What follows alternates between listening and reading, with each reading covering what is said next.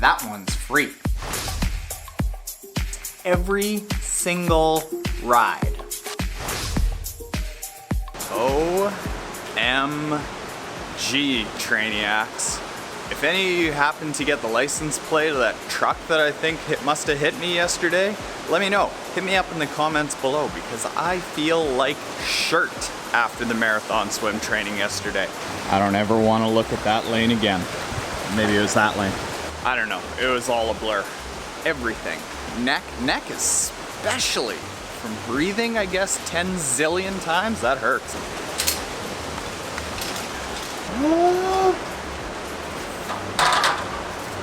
So many choices.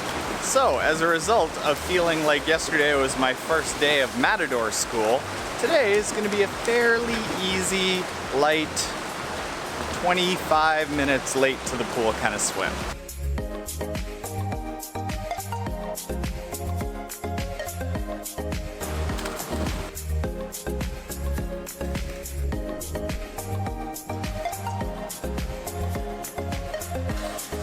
Coincidence that right as they start doing dive starts, that is the exact amount of swimming that I want to do today. It's not, I just pulled out. Well, seeing as how I have a little bit of time on my hands, I want to show you a bit of a goggle hack that you can do for free. Actually, let's make that the theme of today. Triathlon hacks that are free or almost free. See how many I get to. For triathlon hack number 1, I had to come into the secret bathroom upstairs so that you guys don't think I'm a weirdo, because coming into a secret bathroom upstairs to talk to a camera is totally normal. If you have foggy goggles, take a teeny tiny little bit of hand soap, like take that little bit of hand soap, swish it all around, and that is hands down the best anti-fog goggle coating, covering, liquid that any of us in our swim group have ever tried. The second hack is that when you finish the bike, odds are your feet are probably going to be really wet. If it's raining outside, your feet are going to be wet. If you're sweating even a little bit, your feet are going to be wet. So it's going to be tough to slip your feet into the shoes. One thing that you can do in both your bike shoes and your running shoes is take a little bit of baby powder. And I'm gonna do this right now because I love me the smell of baby powder. And you fill up your shoes with it. Oh, it's just magical. Before the race starts, so that when you get into transition, your foot is gonna slide into the shoe really easily and you're gonna smell delightful. And it's gonna help prevent things like blisters and chafing throughout the race. The next hack you may know from such vlogs as last weekend. To avoid having a stinky, chlorine-smelling, wet Speedo hanging off your bag or shoved in your bag, get yourself a dive towel chamois instead of a big towel stuck in your bag, which you can then roll up, leave in the container, leaving enough room for a teeny tiny banana hammock, which you can then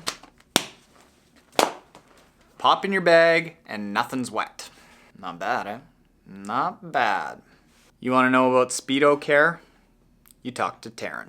All right, the next hack has to do with gear ratios on your bike.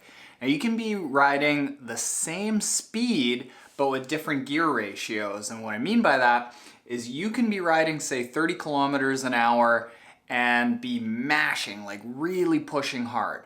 Or you can be riding 30 kilometers an hour and pushing easy, but spinning faster.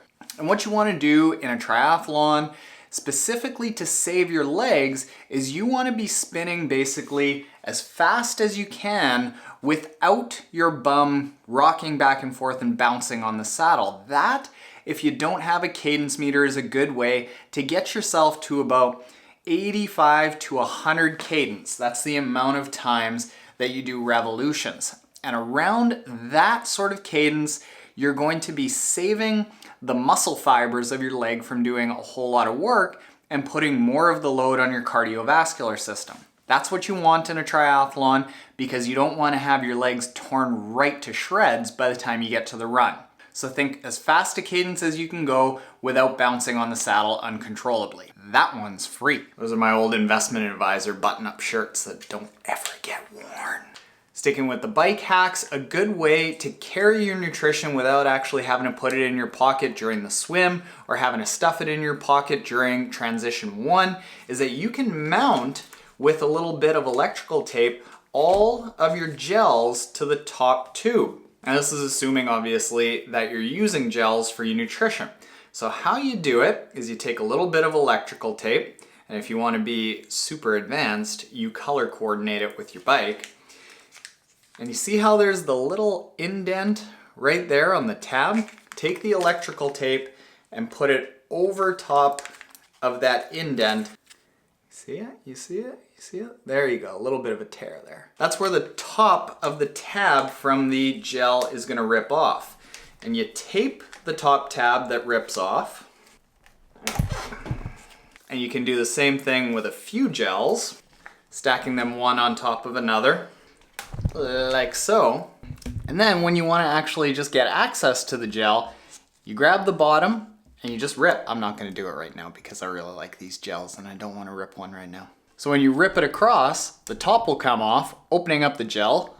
It'll stay there so you don't have to worry about littering, and boom, you got yourself an open gel. Bam, hacked. The next and probably the most easy way to pick up time in the second transition is to get yourself some elastic laces to throw in your running shoes.